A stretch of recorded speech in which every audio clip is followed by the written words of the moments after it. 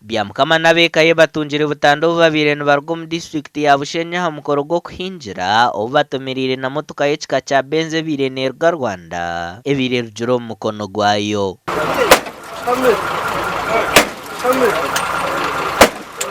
byamukama bera inishomero muri mbarara bita makajega biregariyo muri bucindo mu ruciga kandi izoberi y'abanyabuzare be bicerizana ngo aziko muri kasesa haru kuzarwa nubwo abatura babucinda babantu benda ngo aziko mu ruciga habire na hangara ibintu umugenzi tukamumanya kale akiza mu dogo mwanya kutandika kushomesamo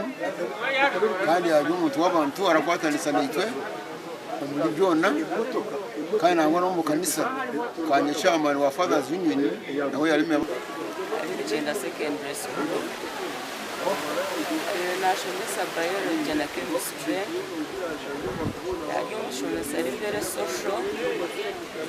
kura nawe tuganira nawe atumanya kujyana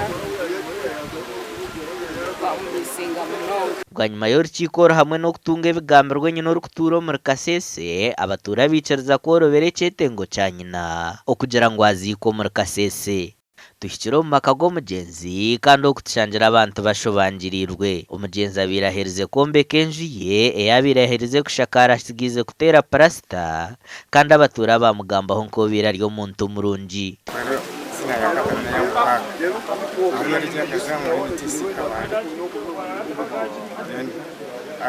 aratunga diploma mu byo bwejese bwejese chemistry biology Kwedogo tukatandika gukora hamwe 2009 mu ishuri rya Reto High School ari yabira ryo mushomesa na yanabira ryo mushomesa ndi